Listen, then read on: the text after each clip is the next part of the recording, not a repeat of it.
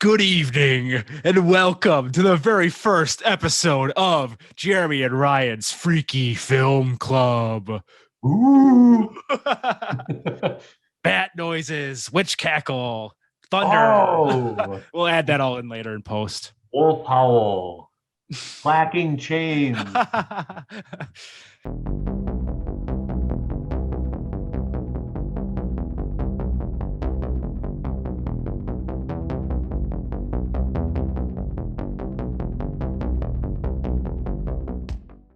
So you may have remembered back maybe about a year ago now, we did a little series called Vamping About Voorhees. And it was sort of an underground thing. Not many people watched it or listened to it. It's like it has a cult following now. So I mean, I'm happy with what happened with it. But basically it was Ryan and myself doing a little breakdown of the Friday the 13th movies. Would you say that's accurate? That's accurate. This is deposition now. Yeah. And we basically, well, little is kind of an exaggeration because it was like each one ended up being like 2.5 hours long. Yeah. But we had a lot of fun doing it, and we learned a lot about the film franchise in the process. And this Halloween, we decided to do something a little similar, and we're going to break down some Halloween classics. True? Yes. That is correct. And I figured we're going to structure this a little bit differently.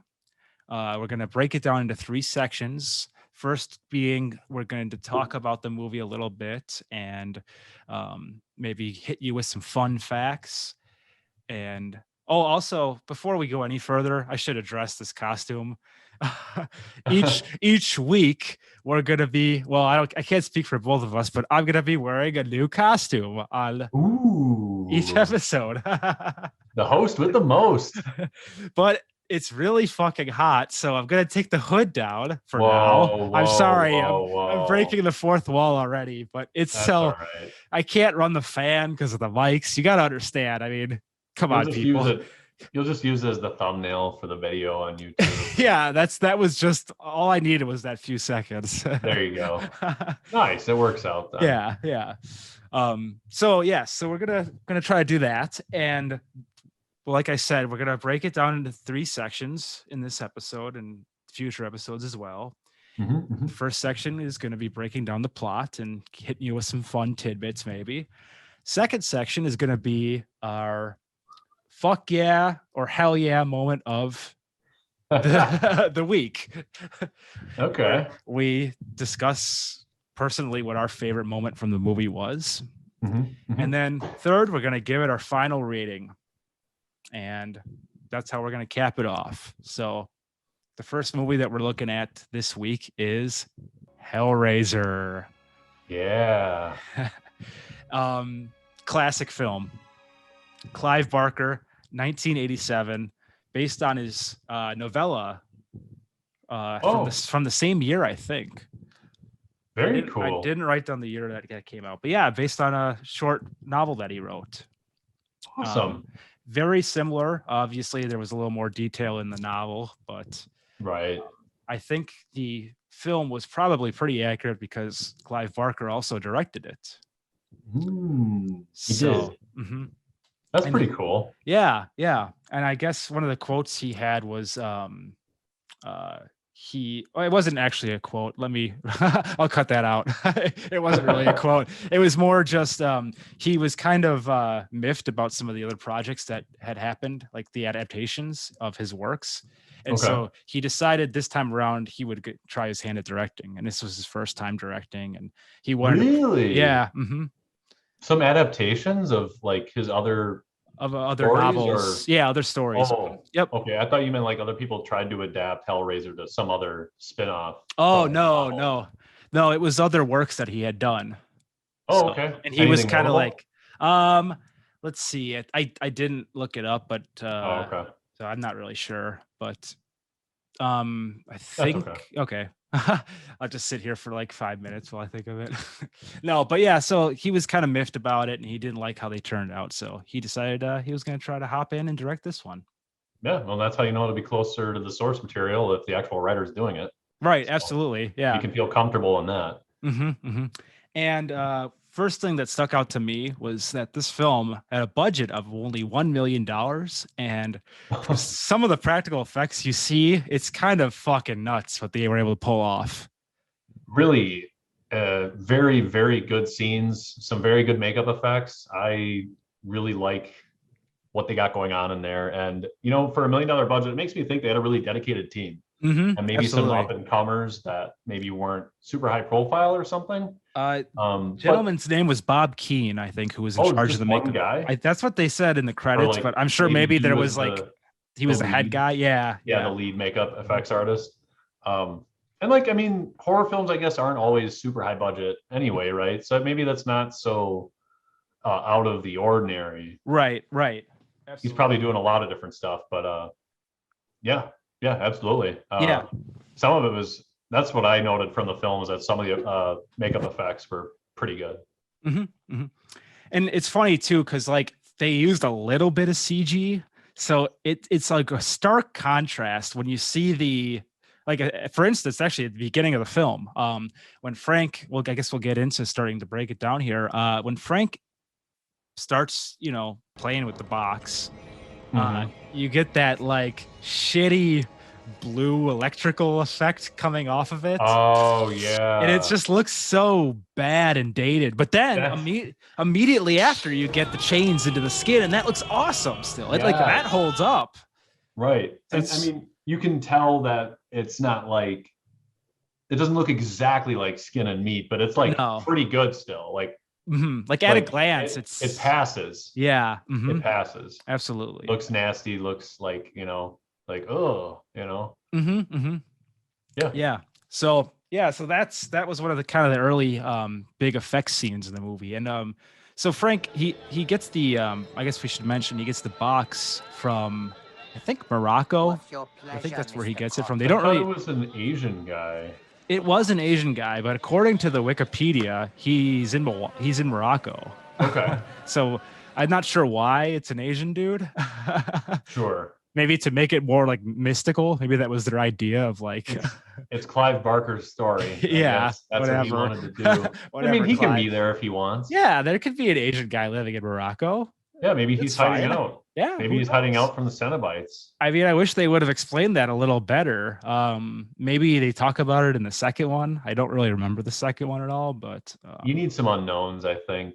I was thinking during that movie of how some things didn't add up or make sense, but at the same time I thought I kind of like that. I kind of like a little fantasy, and I like a little I like a lot of unknown. I've always said that unknown is scary.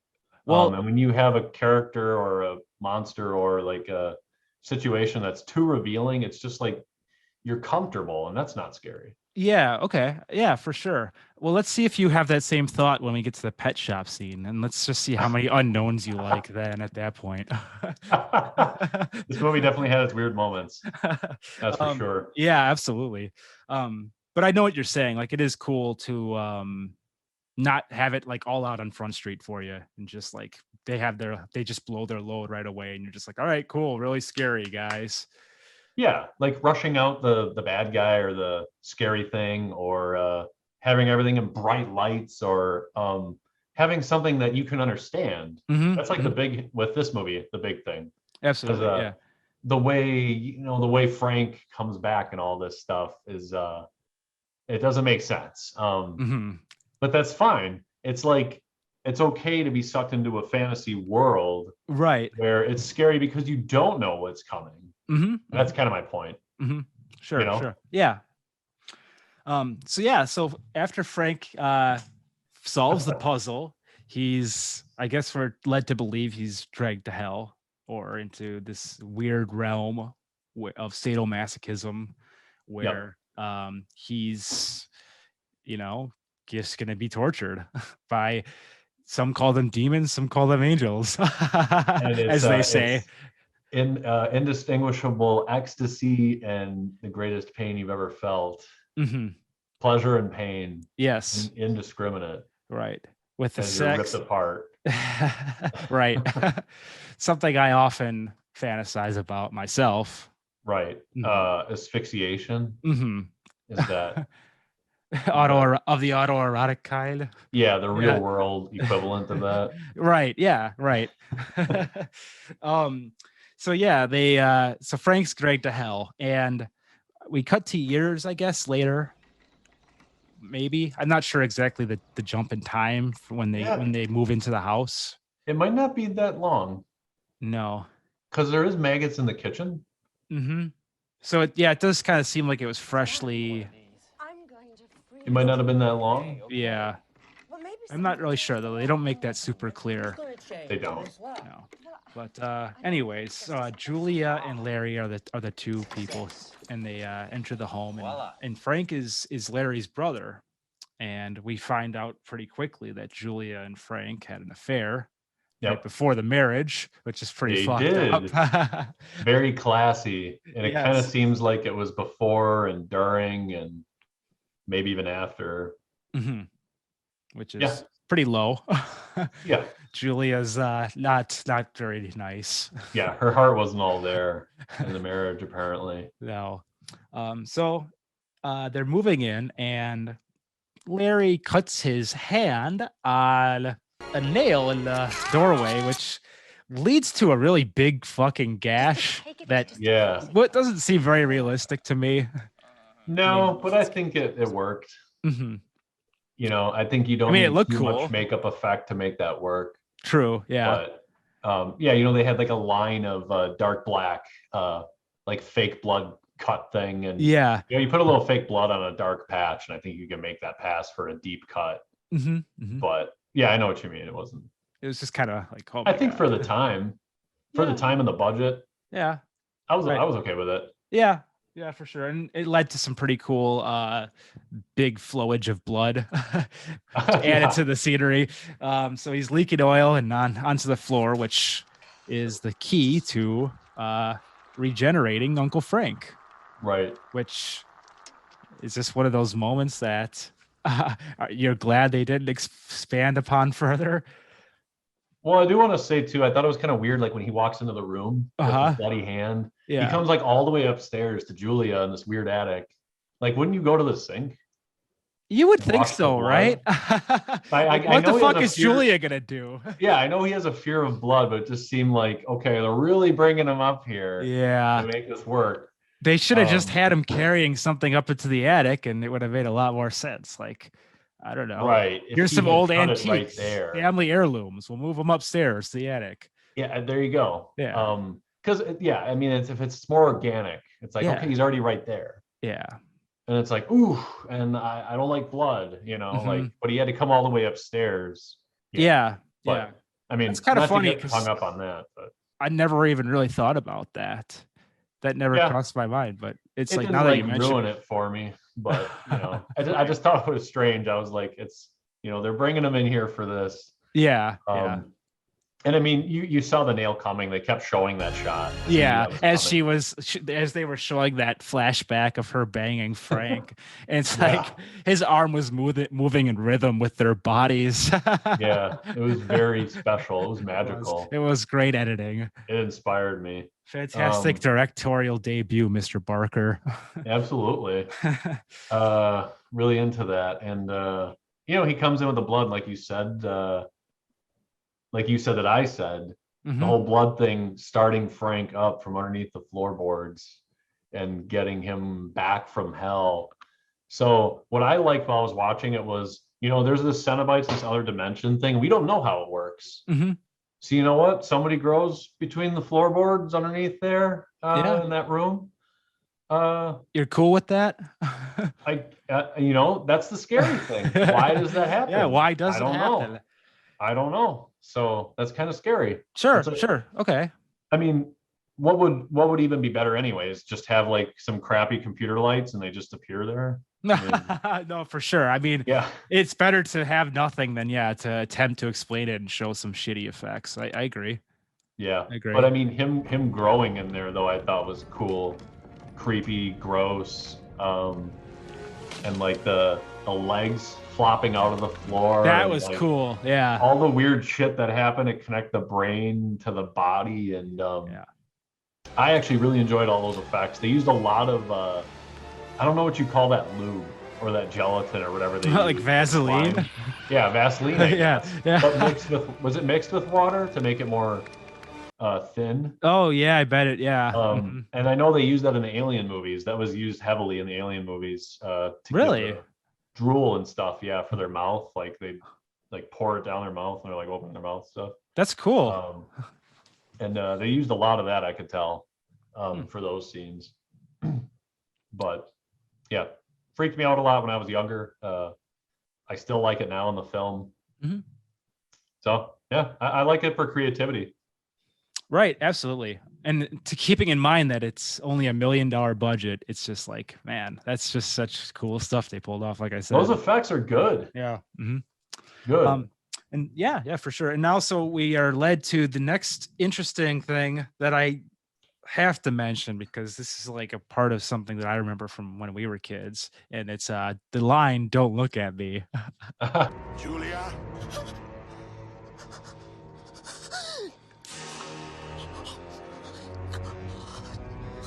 Don't look at me. Yeah, we used to make fun of that. We definitely did. And you used to ask, now I don't know if you were serious or not, but you used to ask why he asked that.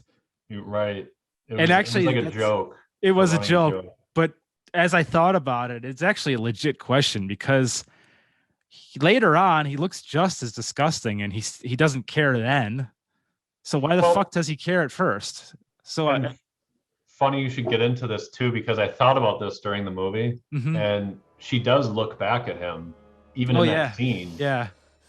And he's like, he doesn't yell at her again. Right. I think he does one more time. I think the second time she comes back.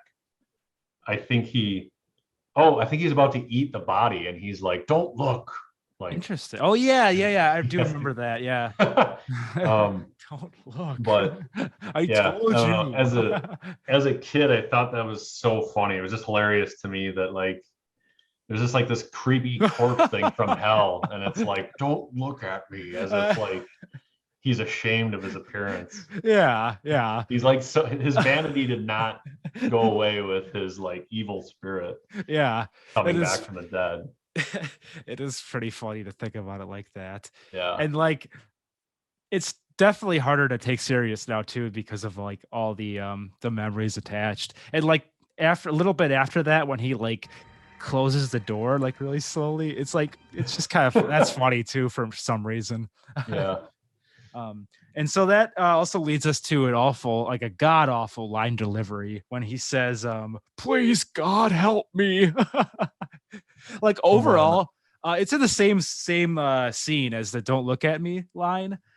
He's talking to Julia, and the last thing I think he says to her is like, "Please God help me," but it's like delivered so like hammy and so like, oh God. Yeah. But otherwise, I do think Uncle Frank, the guy who played him, is awesome. I do think he did a great job. But just that one line, it made me fucking laugh my ass off. Yeah, he did play that guy well, like the kind of creepy sexual deviant guy who, and maybe Judith isn't like a bad person. Maybe she was swayed by this guy's like really like demonic, potent sexuality that he has. I don't know. Right. Well, because it does like really, it's very difficult for her to do this at first. Yeah. I mean, but kind of quickly she gets over that. You mean in the flashbacks, or do you mean like in the actual plot? In the actual plot. Okay. Like, yeah. Like she's like very, very hesitant. I mean, as anyone would be, but I mean, she is swayed like pretty quickly, and like she actually seems like she starts to enjoy it after a while. To have her spouse get killed, that and just the acts of like gruesomeness that she's doing for Frank. Just like yeah. You know what? She did a great job, I thought, during the movie. Like she did a decent job of acting. Like like she was weird but repulsed, and like just her cringe and like apprehension to stuff and shock. Like, I thought she did a decent job. Yeah, absolutely. And also, before we go any further, I should probably mention I never got to this yet. They have a daughter, or Larry has a daughter, Kirsty, played by the beautiful Ashley Lawrence, who became sort of like a scream queen and sort of an icon. She goes to a lot of those conventions still, and sort of like a fan favorite. She did an excellent job in this movie. Absolutely. Yeah, she helped make it what it was. She had some great like screams and some great like "fuck you" moments, which were cool. Yeah. And I think she played, some of the like freaked outness toward the end, and just being scared, scream queen, like you said. Right, absolutely. So there's a scene that comes a little bit after the first Uncle Frank victim, which Julia picks up from a bar. And it's the pet shop scene. This is something I really want to touch on because it's like, what is this? Like, why is it even in this movie? It's like so random, so strange. There's really nothing, like we get nothing out of it except for a little bit more interaction with that weird stalker guy. Cracker Man. And then he became Crickets Man. Yeah. Yeah, them in his beard. Yeah. So I just thought it was very strange. So Ashley Lawrence, Kirsty. Yeah. She's working at a pet shop. And she's also, so she's living on her own, but she's there helping out with the move for her dad and kind of getting them, all situated. And so she's working at this pet shop, and they use monkey noises to try to scare us, like for jump scares twice. And like the first time is like, okay. The second time is when her boyfriend grabs her shoulder. It's like, what? Yeah. It's so unnecessary. It didn't make sense the second time, right? It was just like, just happens and then it just cuts away. Yeah, for no reason. Yeah. So, really all we gain from that, like I said, is like she runs into that stalker dude and he's got crickets on his beard and he's eating crickets out of the cage, and she's like, hey, stop it, like get out of here. And he just stares at her going, homeless guy. And he also appears once before that, the first time in an alleyway, just like looking through a door. And you would think like he has to do with the story somehow, like knows she's involved in this hell, with the what do they call it? What do they call it in the movie? The block? It's the configuration or something. The configuration. Give that to me. Just the puzzle box. It doesn't even have a name. Puzzle box. The box. Give me that puzzle box. Yeah, puzzle box. You'd think he would have something to do with it, but my general sense when he was appearing was that they were just trying to it's like it's Halloween season. We're going to add in some extra scary stuff. Yes. Even if it doesn't have to do with anything. Right. We're going to throw it in there to unnerve you, which, again, like I'm okay with that. I think the studio, I think the studio pressured him into that one. You think so? I don't know. I haven't read the novella, but I'm not sure if that's in there. I was going to ask that. I'm like, is it in the novel? I'll have to check that out. I'll give it a legitimate read, and maybe I can weigh in on it for one of our Halloween episodes. I think it is actually, and I'll tell you why when we get there. I don't want to jump ahead again. Okay. Sounds good. Yeah. I'll remind you. Okay. All right. So after the pet shop scene, we get a little more. Basically, it's just a lot of Julia bringing people home and Uncle Frank murdering them, or actually, she murders them, and then with a hammer. Yeah. Which he can't do because he's too weak, I guess. Right. That's what I was wondering. Well, I think you're right, because after the first victim, all he could do was like he started feeling his nerves coming back. He said. Yeah. And then the second one, he could taste. He was in pain. Right. Yeah, he was in pain, and the second one he could taste, right? Or was that the third one? I can't remember. One of them, he's like, I can taste again. I haven't tasted in so long. Like, what was he tasting? Iron from all the blood? Probably. It's better. What a wonderful taste. Yeah. Yeah, and then he started wearing clothes. So Yeah, which was interesting. And that was after he fixed his nerves, right? Because he got yeah, the level past that. So apparently wearing clothes was to tell everyone watching that his nerves are fine now. He can wear yeah, clothes that are stuck to his bloody muscle tissue. So that's not yeah, going to ruin them or anything. yeah. Like, But I'm sure he's really concerned about that. he's definitely not wearing Calvin Klein apparel or anything like that. It's probably all Target shit that he's just gonna throw in the garbage when he's done with it. Yeah. And they're old effects, but you know what? For that time, I think they did a wonderful job, especially with their budget of Yes. portraying like the different tissues and muscle. And I mean, it's kind of hard to pull off that he's weak when he's got the rigid structure of a regular full human being. But Yeah. um, I think they did a great job of showing that. I think there was one little thing that irked me where like they show him crouching like Gollum at one point Mm-hmm. after like he gets a I think it's before he gets his first victim from Julia.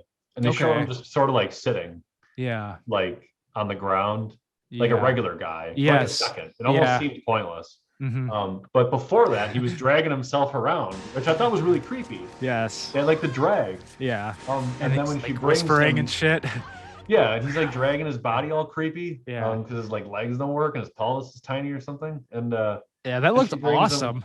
yeah, and then she brings him the first victim, and then he does that again. But like Mhm. there was 1 second where he's like crouched, like it's obviously a regular dude crouched. Mm-hmm. And I was like, well, he could have probably taken that out because it doesn't really make sense. Yeah. He's not quite there yet, but anyway, just a tiny thing that was like, in editing, they could have just pulled that out quick. Right, for sure. I And understand where you're coming from. Yeah. yeah, they should have had him like sliding back and forth on a shot or something. Just a little trail of blood like a slug everywhere he goes. Sliding around and dangly legs. Yes. Yeah. So then at a certain point, Larry almost catches on to what's going on because he hears a noise from upstairs.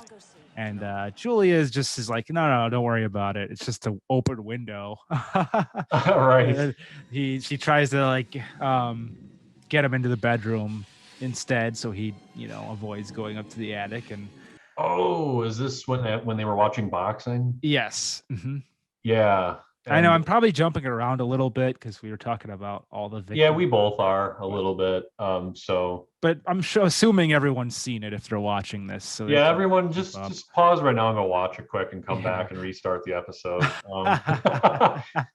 But yeah, no, that was interesting to me. Like, I actually liked that she didn't want him to die. Yeah, she sort of regretted and changed her mind. So I got the sense that because Frank was freaking out a little bit upstairs, that she had been sort of taking time and like not doing it. Yeah. She'd sort of just been like almost enjoying being near Larry or something and just happy that he wasn't dead. Like, I don't know if she was like rethinking it. Mm-hmm. But like you said, certainly didn't want him to die. And I thought that was interesting. It added some depth to her character. Like, she wasn't just this evil, psychotic, under Frank's spell completely. Right. She had some feeling for this guy that she decided to marry, which kind of makes sense. Like, if you're not a total succubus. Right. Is that okay to say? Should we have another conversation about PC? You could say succubus. It's very fitting, actually, for the Halloween episode. Ooh. Whoa, that's my buddy. Pray for me, or whatever he says. Oh. Yeah, he does say some weird shit there, doesn't he? He does. So anyways, yeah, I agree with you. They definitely added depth when they certainly didn't have to, being that it's only a 90-minute film and they could have just made this, your stereotypical slasher film. But I think it, because of Clive Barker's excellent writing and the fact that he was behind the camera, I think that helped a lot to add, to help keep some of the characters how they were, I guess what I'm trying to say. Yeah. So yeah, definitely. After the whole scene with Julia distracting Larry and brings him to the bedroom, right? Brings him to the bedroom and set him up to the attic.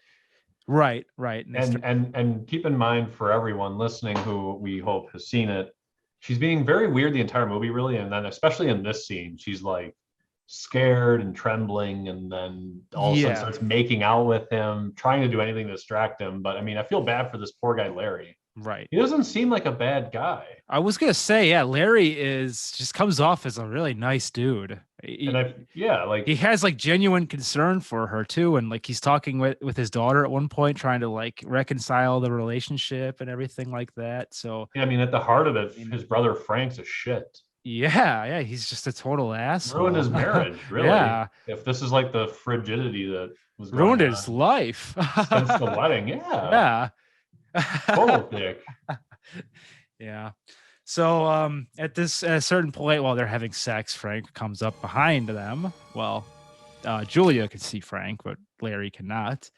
And Frank cuts an animal in half. What is it? A rat? A rat. Yeah. Cuts a rat open for like what's going on here? I think he's trying to show Julia like, I'm running out of patience. Like hurry the fuck up. Yeah. Like hurry the fuck up or I'm gonna kill Larry. Okay. Sure. Oh, and and he's gonna take action. Yeah. Okay. Right. Like I think it was a threat to her. Obviously. Like I'm thinking like a general threat. Someone else's life, her life, just get it done. Right. He's growing impatient. Right. Frank's not exactly a selfless man. Yeah. He wants his skin back so he can start banging chicks and having a third person take photos of all of his like doggy style photos. Yes. I was like, who's taking those pictures? His buddy? Maybe it was Larry. That's a great question. Yeah, Larry is such a cuck. He has to take the photos too. Yeah. No, that's a great question. I was thinking that too. It's like some of them are very professional looking too. There's that one with the white background where he's like all posing all studly. Yeah, maybe he hired someone. Maybe it was a crackhead. Yeah. Maybe he went to glamour shots at Sears. Sexual deviants that he has sex parties with. Yeah, you never know. Maybe the Cenobites did it. Yeah. They took his photo. Yeah. Jeez. Right, they all just hang out. Yeah, they love each other actually. Yeah, when they mixed business with pleasure, that's when it got bad. Yeah, he shouldn't have taken the box. That's true. Yeah, he heard too much about their job and was like, I want the same benefits you guys have, and he just came in the wrong way. He came in as a victim. But I mean, how do you get in? How do you get into that corporate structure? Right. In hell, it's tough. Yeah. Tough, yeah. And then we all found out it's not a one-way street. Because the girl's like, are you from hell or something? They're all like, we know pleasure and pain. No one knows where. Maybe they don't. Maybe they don't know where they are. It was spot on. Was it? Yeah. You got that one motherfucker going. The alien guy. Yeah. No inspiration from Alien on that guy. I'm sure. No, of course not. No. But Alien Resurrection might have stolen a little bit from that. Yeah. Yeah. I mean, xenomorph, general head design, whatever. It's anyways. Yeah. Let's keep going. Okay. Stay on track here. So after so Julia kind of stops the whole activity dead in its tracks. Oh, the not killing Larry while they're while they're doing banging. It. Yeah. And she's begging Frank not to do this. Frank cuts the rat in half, and she's sort of like having a panic attack, freak out. And poor Larry's like, "What the hell? Like, you were coming on to me. Yeah, like I don't get you." And he didn't say this, but I mean, it was basically like she was acting like he was raping her. Right. Almost, and he was like, I think he did a really good job of portraying himself as like confused and freaked out and left the room. Like, absolutely. Poor guy. Yeah. She's like going nuts, he thinks. Right. So yeah, Larry starts to question kind of like what's going on and the foundation of their relationship and how things are going to be going in for their future. So he has a talk with Serious stuff. This is a drama. This is a family drama. This isn't a horror film. No, there's a lot of turmoil here. Right. They go see a counselor and it gets very heavy. There's a 2.5 hour monologue. Right. It's like Star Wars. This is an adventure film in space. This is a soap opera. Yeah. About a man and his son. So yeah, then shortly after this happens, Julia gets another victim, right? The second one or the third one or the third one. Let's go on to that one because we did kind of touch on the second one a little bit. The third one, she gets a little more comfortable. Yeah. Getting the guy inside. Yeah. She gets, and then I think that might be the one where she like wipes the blood off the hammer pretty nonchalantly. She's like, yeah, this is clockwork now. This is how we do. Right. Whereas the first one, she convincingly enough played like, oh, this is like fucked up even for me, you know. Absolutely. Head over heels for Frank. Yeah. I thought she was a lot creepier the first time I saw it. But now that I kind of knew she was weird, I sort of like overestimated how creepy she was. Yeah. Like, okay, she's a little more human than I remember. Right. Yeah. Anyway. Yeah. So at this point, Kirsty,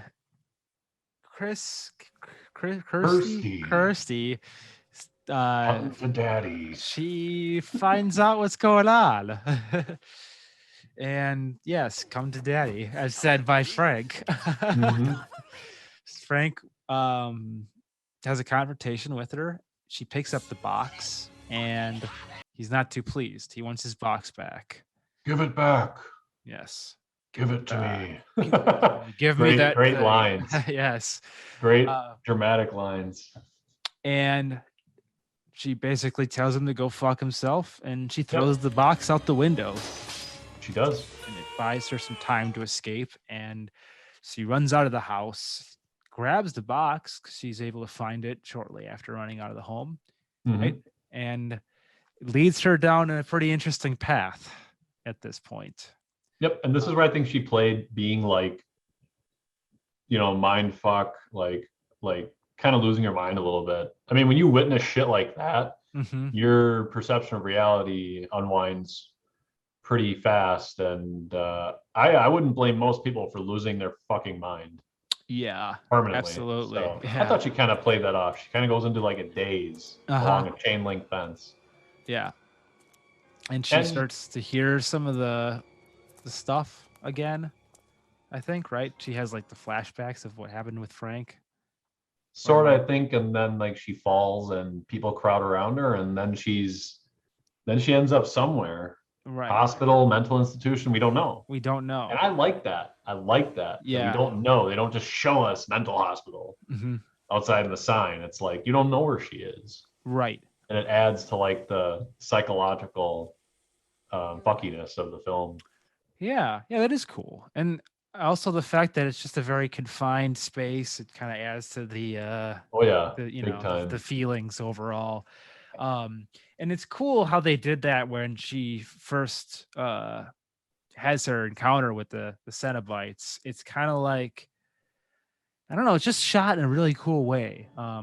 From her sort of making her first encounter, then to running away, and then eventually coming back into the room from the wall. It's just all one really cool looking sequence. The whole scene, including like the doctor and the nurse, were like they showed a lot of animosity toward her. Yes. Yeah. To add to like the where is she? Is she in an institution? Is she in a hospital? Right. Like what did they discover? Yes. Because they wouldn't be acting like that. They just found her. You know? Right. So absolutely. It just keeps you guessing. I think. Yeah.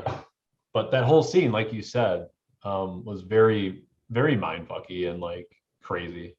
Yeah, it was very cool. Very nicely done. And so she wait. So for the monster thing scene? Yeah. Can we kind of talk about how that was kind of cheesy? Which one? when the wall opens and she goes down the hallway, and then that big like pink grub like comes after her. Okay, yeah, we could talk about that. I know they were trying, but they ran out of money. But what kind of was funny was, I don't know if you noticed it, but at kind of like the very beginning of the pursuit of the thing toward her, the lighting kind of goes up a little too much, and you can actually see like a gray, I don't know if they're using a dolly behind it, but you can see it below the head, and I'm like, I'll just pretend I didn't see that. Like, they didn't mean to. Yeah, but it was pretty clear. It was like a dolly or something right there. Yeah, but then they hide it after that. So, but right. They probably couldn't edit like to a T like they can today. Whatever. I think I did notice that. Yeah, but other than that, you know, like that movie was no mistakes. Other than that, everyone gets one. Yeah. Well, I mean, I applaud them for trying to pull it off, though. Absolutely. Rather than being like, oh, we can't do this, so we're just gonna have a hallway with a black like mist, you know. I mean, I'm glad they tried to pull it off, and I think they did fine. Absolutely. And we should keep reminding people, $1 million budget. So $1 million keep that in mind. That's pretty damn impressive. I think. Very damn impressive. I still, maybe people will disagree with us. Maybe they'll be like, whatever, man. Nowadays, I could pull that off with practical makeup for less than that. We'll talk about I don't know. We'll see. Talk about that. Okay. More. Okay. All right. So, after the hospital sequence, I'm kind of fuzzy on what the next scene is. Do you remember? So she tells the Cenobites that that's right. Frank, I know where Frank is. They're like, we would rather just, experience your delights or whatever. And then and then Pinhead's like, have him confess, because here's another one of those random rules with Hell that they have to confess for some reason. Right. Apparently they don't just know this stuff. So then they disappear. I don't know if this is right away, but they disappear and they show the nurse walk in with her boyfriend, and she's gone. They don't know without a trace. They don't know where she is. Right. So she's disappeared with the Cenobites, presumably. Right. And then we go to the house, and it's Julia, Frank, and Larry. And this is where you were talking about earlier, how Julia sort of has a change of heart and decides, okay, like now I'm not so worried about Larry getting murdered anymore. Yeah. It's like I think Frank's at his wit's end or something. Right. I don't know. Like, says they have to run away because the box is gone. Yes. They have to go. So I think Frank maybe has an idea of what's coming. Or no? Do you think I got the sense he didn't know, because in the early in the film, it was established that he got past them. He basically found a loophole out of Hell, and like shouldn't be back on Earth. And the Cenobites obviously don't know how to get to him. Right. And so you don't think he would have thought that maybe Kirsty summoned them because she had the box? Oh, okay, I guess that could have happened. Yeah, he could have jumped to that conclusion. I mean, I don't know. Maybe not. No, definitely, because someone else has control of the box, right? And could summon them, right? Yeah, absolutely. So I would assume that he would just be like, "Oh shit!" They're here. Back. Yeah. So as long as he had the box, he wasn't going to bring them back. Yeah. Or alert them to his location. Right. So okay. Yeah, I get you. But so he wants to make haste. He's basically like, let's go, Julia. We got to get the fuck out of here. Yeah. And inevitably, what happens is Kirsty makes her way back to the house. Teleporting, presumably. I guess so. Yeah. Because they make it sound like she just disappeared out of the room. Right. It looked like they all left together. Yeah, it really seemed that way, but they don't say that, so maybe she did sneak out. But I'm thinking ironic. Maybe it's not ironic, but more believable that they just teleported there, honestly, because she does come back to the house with the box, right? And the Cenobites are like there, Yeah. but not.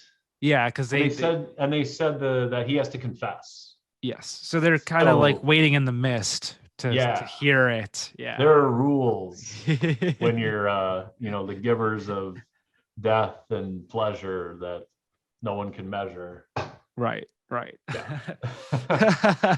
So it's pretty quickly revealed, or you come to find out, that Frank is actually wearing Larry's skin, and he tricks Julia at first into thinking that Frank is dead, but she wants to go up and confirm it for herself. And he's like, "Oh, no, don't you worry about that."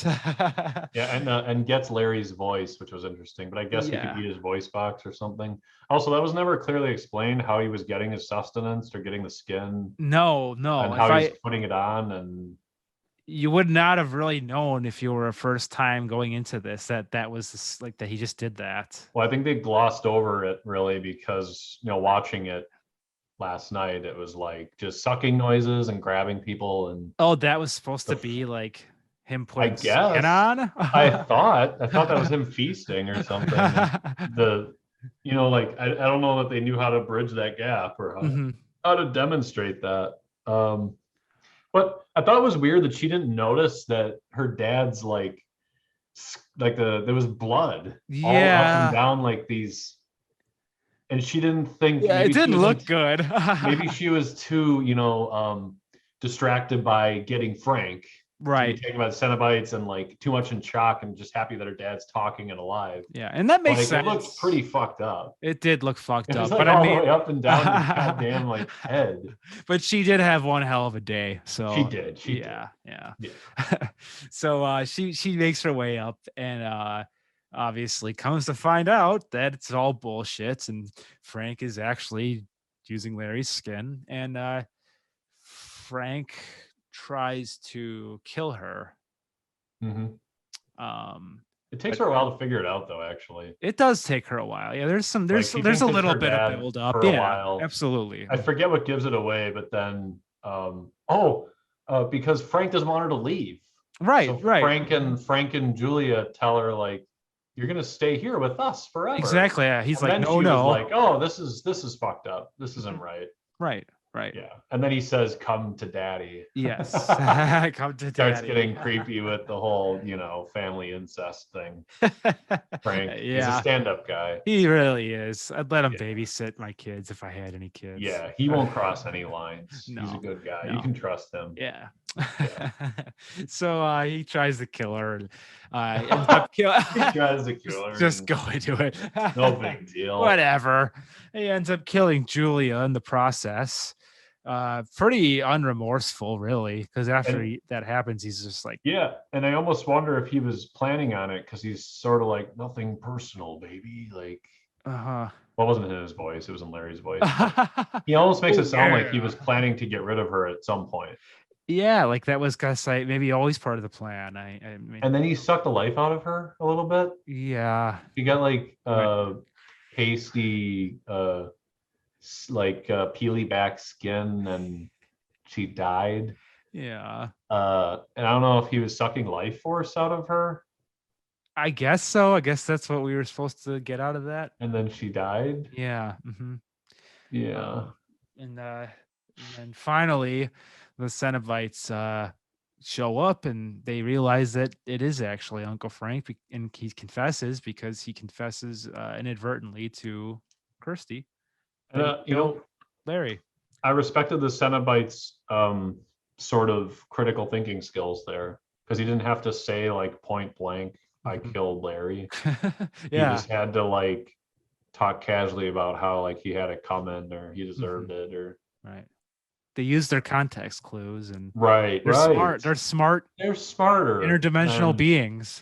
They're not just all about the pleasure and the pain. Yeah, I'm not just a set of chattering teeth. I'm way more than that. Yeah. That's gonna be my next costume. Oh, beautiful. I'm gonna put some like paste over my face and just make my jaw out real far. Yeah, and you need to have like some spreaders in there. Yeah. What's that? Isn't there like a game that like families play where you have to like put something in your mouth that makes I you? don't know. It was Sounds like sadistic, a but really. good luck talking with that in your mouth. We'll pull up an image of that so I don't sound crazy because that was Okay. actually a really popular thing. Okay, you sound crazy, so we I better thank do you. that. Thank You're you. welcome. I'm just kidding. But yes, exactly. That's what my costume will be. Sweet. So anyways. A lot of ham. Yeah, a skull lot of cap. ham. There you go. So yeah, they pull him down to hell and it looks really awesome. That's another very well done scene. Behind me. There he is. Absolutely. So there it is. he says some weird shit like Jesus wept, blah, yeah, blah, blah. That's it. Yeah. We kind of forgot to mention about all of his Jesus statues he had. Oh, yes. Yes. Like, there was a lot of religious imagery in this. Yeah, it sounds like Frank had a lot of, demons, obviously. Yes. And was trying to, like Jeffrey Dahmer, trying to like reach out to God and see if there was something that could help him. But yeah, but or maybe unfortunately, Frank got off on really weird things like faith and sex and yeah, being a fucked up guy. I mean, I wouldn't put it past him. I wouldn't put anything past this guy. He was very, very odd. Yeah. To say the least. He was. So yeah, he gets pulled back into the underworld and pulled, ripped apart, whatever. And Kirsty, we see one last scene with her where I guess it's a long scene. I don't really know. She gets attacked by the Cenobites, basically. Yeah. They decide like they're not done. Yeah, like they're gonna come at her. Yeah. But she has the box. Right. So I don't know if they were trying to kill her, it seemed like. They were, but she uses the box to banish them back. And I don't know if it made sense, but I think for the film they were going for like a grand finale scene. So it's like we're gonna have our Cenobites come at you rather than just disappear. Mm-hmm. And I kind of liked it, like and she had to get rid of them, and she had to, do the Rubik's Cube to get them to go away as she's going down the stairs and make for a great kids game. The only unfortunate part though is you get a little more mixed in shitty CG effects. Oh right, yeah, the this glowing time, wizards, Ralph Bakshi's wizards type effects, and flashing, and the classic 80s stuff. Yeah, so it kind of takes you out of it a little bit, but you still have the creatures coming at her, and it looks pretty badass. Yeah, the real effects are good. Yeah, especially like this is going back a little bit, but them up against the window in the attic where it's all three of them and they're walking forward at the camera. Mm-hmm. That was cool. That was just a really cool shot. Was that their first intro? That was, I think, their first intro. Yeah. Okay. I might be wrong, but we'll put that clip up there while we're talking about it so people can see it. But anyways, yeah. So she uses the box to defeat them, supposedly. Mostly, she gets Pinhead and neck vagina, and then the fat dude with the glasses tries to get her boyfriend, and so here's what doesn't make sense. Stuff falls on him, so she didn't zap him back, right? He's just underneath some lumber. Yeah, so is he just there forever? Yeah, I don't know what. And tries to kill her boyfriend, and I could spend a little while on this, but I want to say one of the big things that gets me in the movie that could have been fixed a little is how much the boyfriend just acts like this happens all the time. Yes. Like he shows up and sees a house falling apart for no particular reason, flashing from the outside. And there's these really fucked up creatures. Big fat dude has a giant rip down his stomach. Yeah. And I don't know if he saw him, but I think he saw maybe someone else before they got zapped. Yes, but he did. The whole time until the end, he's just like, oh yeah, whatever, man. We got to get out of here. Like he had taken a bunch of drugs, and he was just like, yeah, there's danger, and I've been trained for this, and Mhm. you know, if I was on the phone on a 911 call, I'd be really calm and Mhm. like just kind of helps her get out of there. It does definitely seem like that. Yeah, it's pretty fucking weird because everyone else is so good. Yeah, I mean, so it's very contrasting too when you think about yeah. everyone else's performance. It's just yeah. He's on some like super mood elevators. Is the only thing that you could say to try to make that fixed. Because Yeah. he's not acting freaked out. I mean, there's things going on there that should freak him out. I think he saw like her zap Mhm. Yeah. one of them, I think. I'm pretty sure he did. Yeah, I think you're right. I mean, it's very strange. I don't get that either. Oh, and then the big pink grub The came in there grub. again. Yeah. Yeah. And that whole scene was, I mean, they were trying to make it dramatic. It was kind of clumsy. At Where least it we was didn't see the grabbing for the dolly box and again. she's grabbing for the box and she's Yeah. like, ah, ah. And it's like, but he's sitting there. Drugs, Yeah. the only explanation. It's I He's just think it's sitting there gotta and be. he's like, oh, that's there's a thing there and you gotta get the box. Maybe he got into a stash at the hospital while he was Yeah. there. Yeah. The morphine. He Yeah. just Yeah. got as much as he could get. Yeah. Yeah. He's just all zombied out. Yeah. I mean, the hospital let her get away with demons from hell. Pretty unorganized place. It is. Yeah. The security's very laxed there. Yeah. Just like the medical unit in Friday the 13th. Yeah. Yeah. Part 6. Was it part 6? Or where is it when he resurrects? Is it part 4? That was 4. Yeah. 4. Uh-huh. Yeah. And they're just, He's watching the butts. That seems like a place where you could go walk into the drug room and just grab whatever the fuck you want. Yeah, that dude seemed pretty distracted. He did. He liked his workout videos. Yeah. Anyway, wrong movie. Yeah, we'll get to that sometime. Wait, we already got to that. Yeah, we did. We covered it extensively. Yeah, if you want to go back and listen to more of that, go listen to Vamping About Voorhees.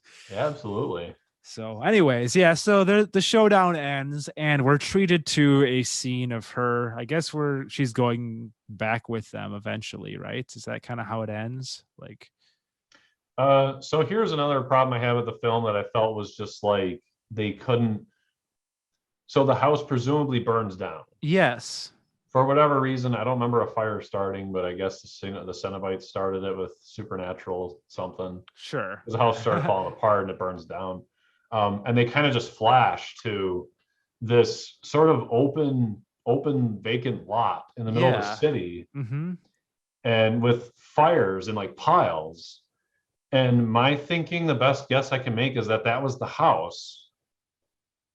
Because I don't know where the fuck they are. Who just sets fires everywhere like that? There's a place in India where like they burn funeral pyres, the poor people do, in like a big open courtyard. Mm-hmm. That's like the closest thing to real life I can think of that was. So I'm thinking like that's got to be the house that burnt down. That makes sense to me, but that's like the best thing they could do with what they had was make a bunch of piles of fires, and then she throws the box on it. The box, right? She throws the box on it, and then here's the homeless guy who I thought was Rob Zombie. I'm not gonna lie, I thought it was Rob Zombie. I actually Googled it. I'm like, was Rob Zombie like in Hellraiser? I thought the homeless guy was Rob Zombie. He would have looked a lot younger in that, wouldn't he have? Yeah, I thought the homeless guy looked young to me. I suppose, yeah. With some dirt on him and a beard, but yeah. Anyway, the homeless guy shows up. Yeah. And he starts to sort of transform, I think, or he starts on fire. He just gets lit on fire. Yeah. And then they didn't show it. They didn't show this transition. He's all of a sudden a what do you call it? Stop motion skeleton dragon. Yes. Takes the box. Flies away for a mind fuck. Right.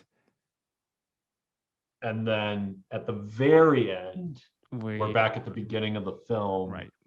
Where they zoom into like the circle inside the box, and then it's the Asian guy and Frank. And here right before the film opens. Yes. So it's it's interesting. It's sort of open to interpretation, I guess. Yeah, some of that movie is. But I guess it probably is explained a little bit in the second one. Am I correct in that or no? No. I don't think so. Okay. They try to explain other things, I think. Okay.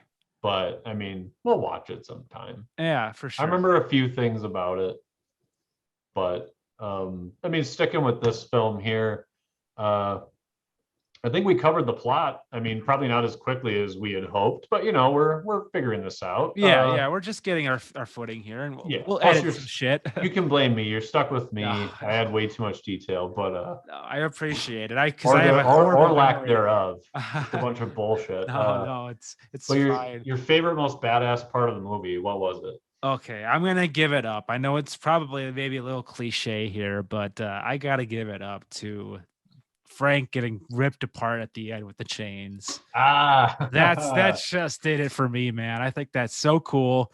It's all practical. It just looked badass. And to this day, I mean, what was it? 87 we said? I mean, yeah. Right now that looked like a really impressive scene to me, and I just thought, yeah, it was very well done. Just looked so cool. Absolutely. I agree.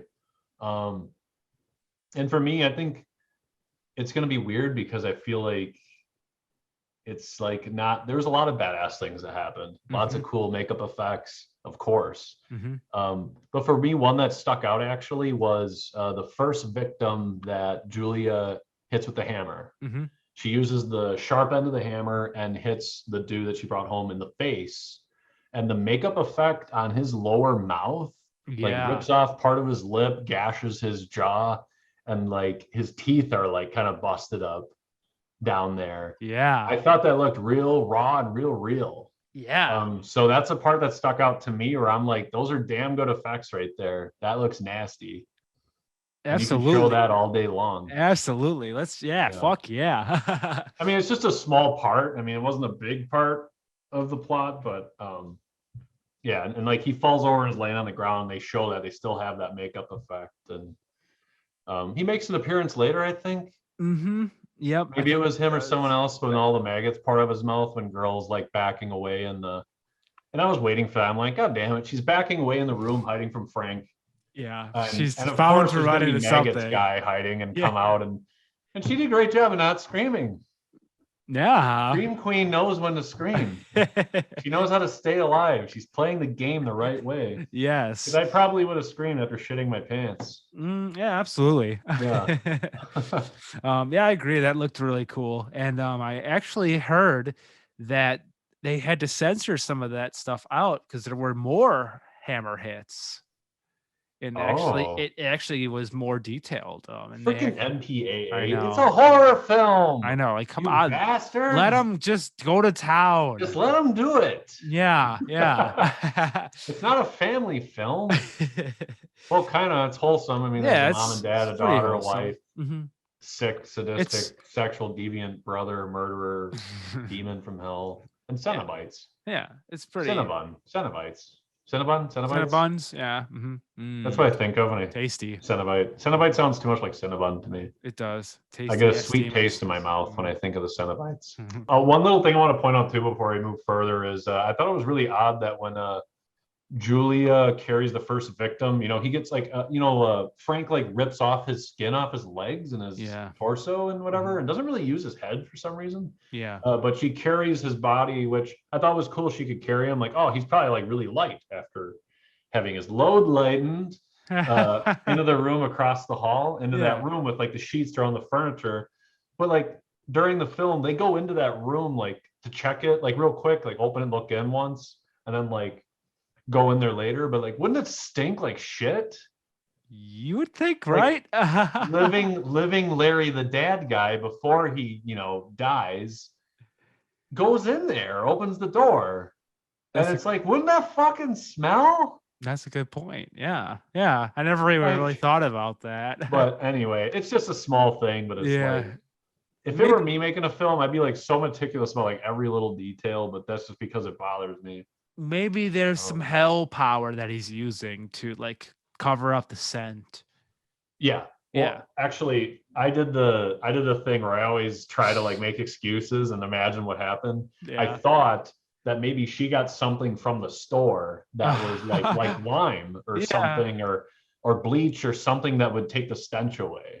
That's not unreasonable. Yeah. Because you would have to do that, right? If you're gonna hide hide dead bodies. So Frank was, Julia, Get a clean plug get in. something to clean the smell. It And fucking hurry. stinks. I need skin. Don't look at me. Get me 100 of those little tiny trees. Don't let that room get smelly. Julia. Oh my god. Anyway, it's It's such a funny. major plot point in the film that the room's not smelly. But Yeah. It's very Yeah. important. she could have gotten something. Yeah, I'm sure she did. I'm sure. And like you said earlier, they don't got to show us everything. They clearly got something to get rid of the smell. They don't have to fucking show it. For sure. We're not stupid. Yeah, we can figure I'm it just out. kidding. No, they definitely didn't. They definitely didn't address that. But yeah, and then it was kind of fucked up that her dad was like strewn across the floor. But I thought good effect there. You know, the Absolutely. bloody dad corpse in the ground. And Mhm. she had a bad day. It was But it was shitty. yeah, it was a shitty day. But good thing she has a boyfriend that is numbed by Yeah. drugs, like maybe was- psychedelics, and it had the opposite effect because everything was psychedelically fucked up. So to him, it was just like normal. It was like, oh, I see this all the time, and I'm a seasoned mushroom Yeah. ingester, so Right. it's not. This So is normal. He was just viewing the world in like grayscale. Like It was the day he had been waiting for his entire adult life, taking shrooms. He's Yeah. like, I'm built for this. Like, Yeah. this is no problem, baby. Right. Like, I know how to lay on the ground and fight with the monster with hands to get the box. Yeah. I mean, he didn't get it, but he got punched in the face. I don't know. But he tried. You know what I'm saying? And he maintained his composure. Yeah. Everyone do shrooms so that you can handle a fight with the Cenobites calmly. I think that's really the lesson to take out of all of this. I think so too. So what do you rate the film? Okay, so I'm gonna give it 4 puzzle boxes out of 5. Oh yeah? Yep. I think puzzle boxes. 4 puzzle boxes out of 5. I love it. That's awesome. Because I I love do, that. I thank you. I do think it's a really solid film and still holds up. Like for being from the 80s and using mostly practical. I mean, some CG is a little cheesy. So I mean, in that sense, I think that's why I can't put it over the top. I think a lot of that just bugs me and takes me out of it. And, you know, some of it got a little hammy, but I mean, overall, the pacing, some of the shots were just really fantastic. Just that sequence, like I said, in the hospital is just so cool. There's just, it leaves you wanting more. Like it makes you question things, but in a good way. Like you said, like you're glad they don't explain everything because there's like, I don't know. You want like I actually want to legitimately go watch the second one pretty soon after this. There you go. And so they succeeded. Yeah. So Yeah. And one thing about well, what would you give it? Well, we're going with your scale. I think off the top, you know, in my head, I thought about it a little bit, but a 4 puzzle boxes out of 5 too. I think. Okay. I originally thought about it out of 10, and I took 2 notches off of it for. If I'm really being totally honest on the review, I think, you know, some of the effects are dated. You know, like your average person now might be like, oh my God, you know, for some of the stuff, but some of it, you know, is very good.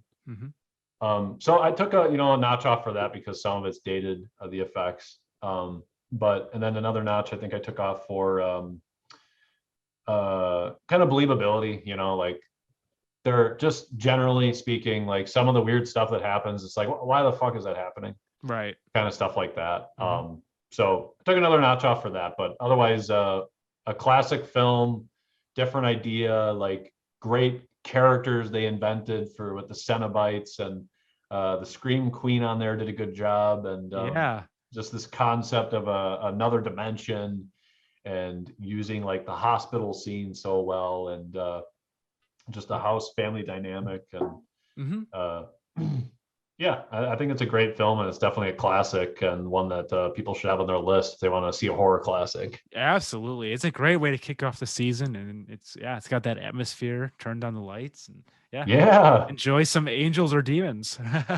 Yeah, this is actually this is probably the second time in 4 years I watched the film, and I guess that's not that often, but but still, yeah, it just goes to show you how much it holds up. It's worth seeing recently.